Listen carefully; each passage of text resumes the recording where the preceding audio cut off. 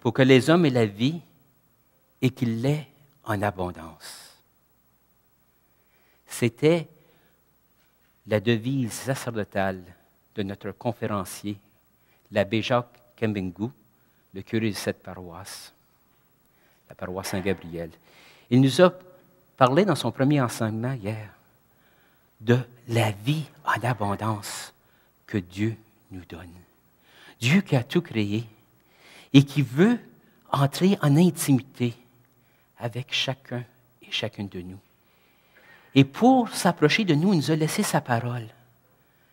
La parole qu'il nous a transmise par les prophètes et qui est écrite dans le grand livre. Et puisqu'on a le cœur dur, il nous a envoyé la parole par excellence, son Fils unique, Jésus notre Sauveur, qui lui nous a aussi transmis le message d'amour infini de son Père pour chacun et chacune de nous, et qui l'a livré jusqu'à sa mort sur la croix. Et par sa mort, il a mis fin à la mort. Par sa résurrection, il nous a ouvert les portes à la vie éternelle. Nous aurons un festin à perpétuité. Alors, on va continuer notre progression aujourd'hui avec l'abbé Jacques Kembengu. On va l'accueillir. Père Jacques.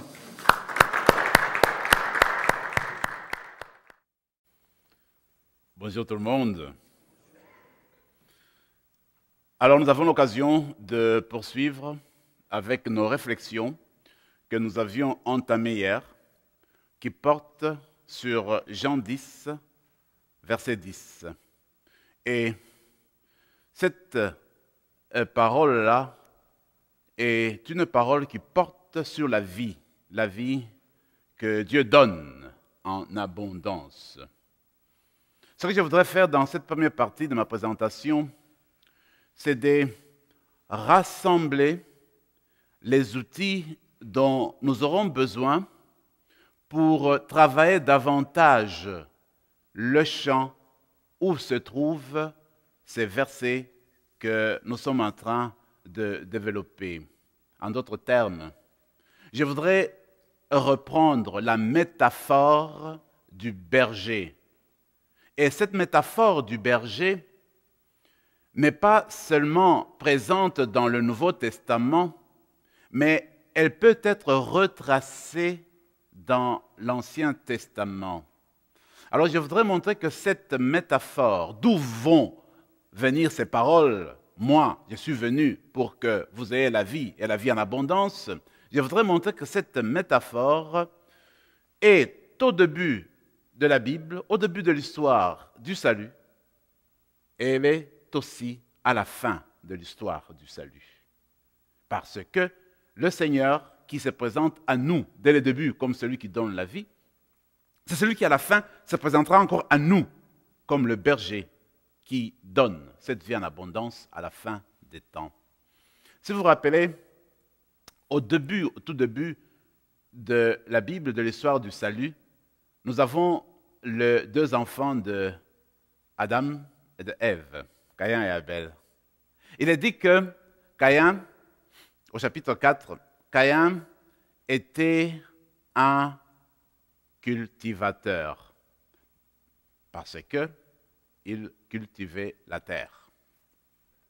Et il parcourait des espaces pour aller cultiver. Par contre, Abel, lui, tel qu'on semble le présenter, c'était plutôt celui qui restait sur place et qui s'occupait des animaux. C'était un berger.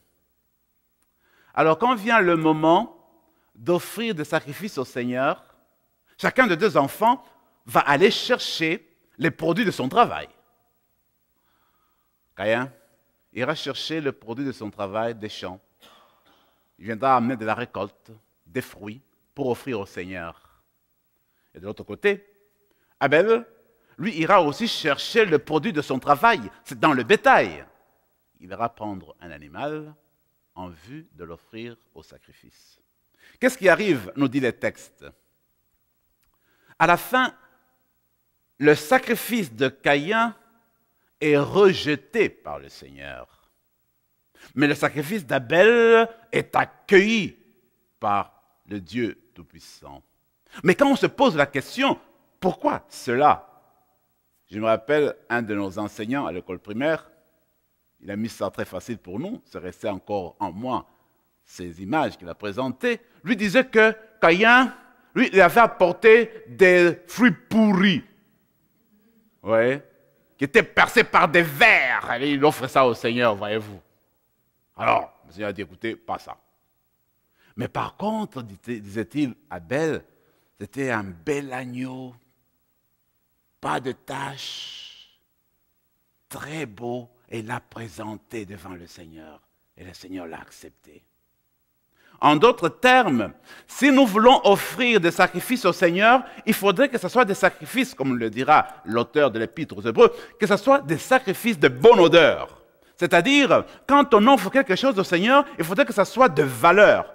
En définitive, le sacrifice que nous sommes appelés à offrir, c'est le sacrifice de nos vies. C'est notre vie que nous sommes appelés à offrir au Seigneur. C'est ce que nous avons.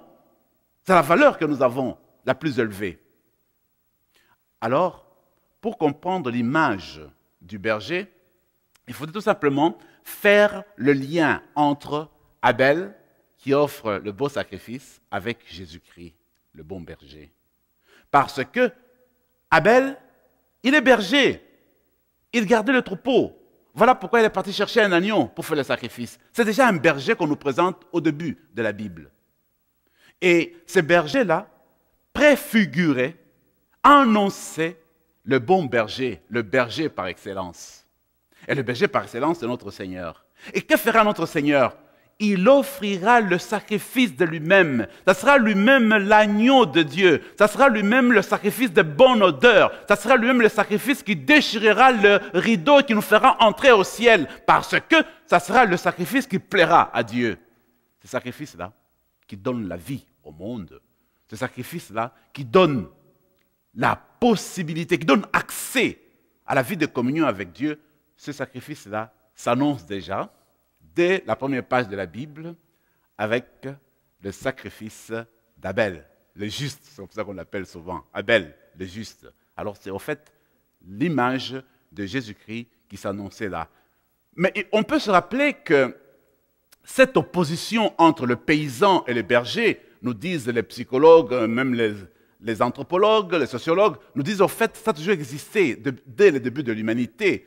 Les paysans reprochent aux bergers d'abîmer leurs champs avec le troupeau, de venir empêcher à leur récolte de pousser comme il se devrait parce que les jeunes troupeaux vont les manger.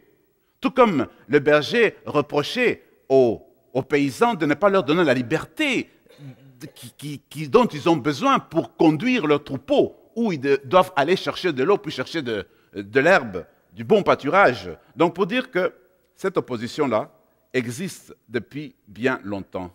Mais ce que le Seigneur veut, c'est que toutes les positions qui se trouvent là, que chacun, chacune puisse donner des fruits en abondance dans le sens qu'ils doivent faire le sacrifice de lui-même, le sacrifice de sa personne.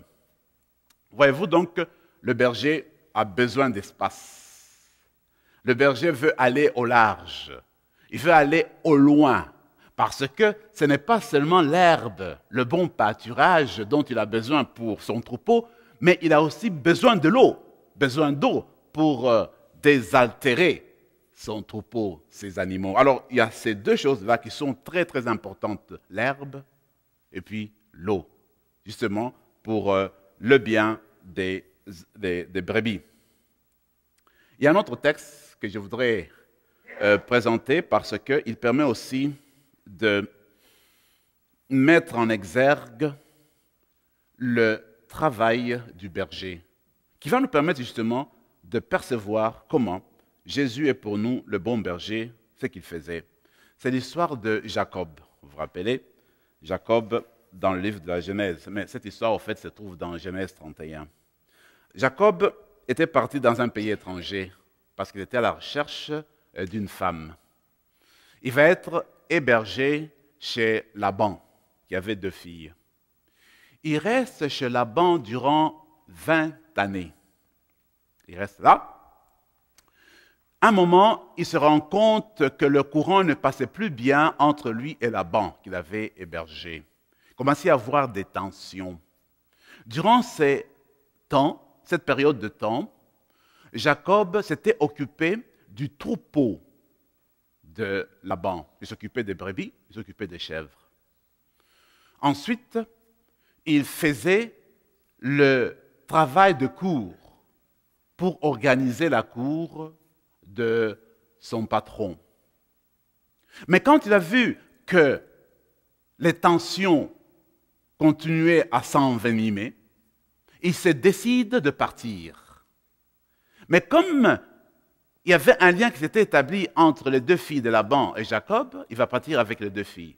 Mais dans le voyage, alors qu'il s'est préparé pour partir, une des filles, Rachel, va prendre les dieux de son père, les dieux qui étaient adorés dans la contrée. Elle les met dans son sac et ils partent. Maintenant, Laban va se rendre compte que Jacob est parti. En plus, il est parti avec ses filles. Et puis, il voit que ses dieux ont disparu. Donc, c'est Jacob qui m'a volé mes dieux. Alors, il se met en la poursuite de Jacob pour retrouver ses dieux. Alors, quand il l'aura retrouvé, il dit, Jacob, comment ça se fait que tu es parti comme ça? En plus, tu enlèves mes filles et je vois que mes dieux ont disparu. Remets-moi mes dieux. J'avais dit, maître, moi je n'ai jamais touché à tes dieux. Si tu veux, entre dans ma tente, tu peux fouiller dans tous les coins et recoins de ma tente. Moi, je n'ai pas pris tes dieux. C'est ce que Laban va faire. Il ne va pas en trouver. Et Jacob va lui dire, tu sais, maître, je travaille chez toi durant 20 ans. Et tout ce que j'ai fait, il n'y a aucune chèvre, aucune brebis qui a avorté quand je l'ai gardé. Regardez, c'est pour dire que le travail du berger, c'était aussi s'occuper des brebis, des animaux, même quand ils mettaient bas. Il fallait être là pour éviter qu'il y ait avortement. Il fallait éviter que les animaux qui naissaient les tout petits puissent mourir. En fait, le berger, ces temps-là, il faisait aussi le travail de médecin vétérinaire. Donc, il prenait soin des petits. Il devait veiller à ce que le troupeau grandisse. Alors là, il devait être présent quand un animal voulait mettre bas. Il devait être présent pour que tout se passe bien. Alors, pour reconnaître le travail qu'il a fait, il dit à son maître, écoute, moi j'ai toujours fait bien mon travail.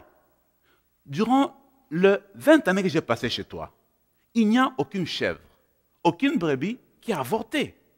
Tous les petits sont bienvenus au monde et je les ai fait grandir. Ton troupeau a grossi. Alors là, comment est-ce que tu peux m'accuser d'une telle chose? Quand il y avait une bête lacérée, moi je ne te le disais pas, j'en souffrais moi-même. J'essaie de résoudre le problème, j'essaie de soigner la bête. J'ai passé des nuits sans sommeil parce que je ne voulais pas qu'un voleur vienne dans l'enclos prendre tes brebis. J'ai toujours passé ma vie à veiller sur ton troupeau. Et même quand il arrivait par malheur qu'une brebis s'égarait, se perdait, qu'on ne pouvait pas la retrouver, tu exigeais que je te paye. Et je le faisais toujours. Mes amis, pour dire que le travail du berger était exigeant. Ça demandait beaucoup d'énergie, beaucoup d'organisation. Cela permettait au berger d'être très proche de ses brebis. Cela permettait qu'il y ait une relation très étroite entre le berger et les brebis.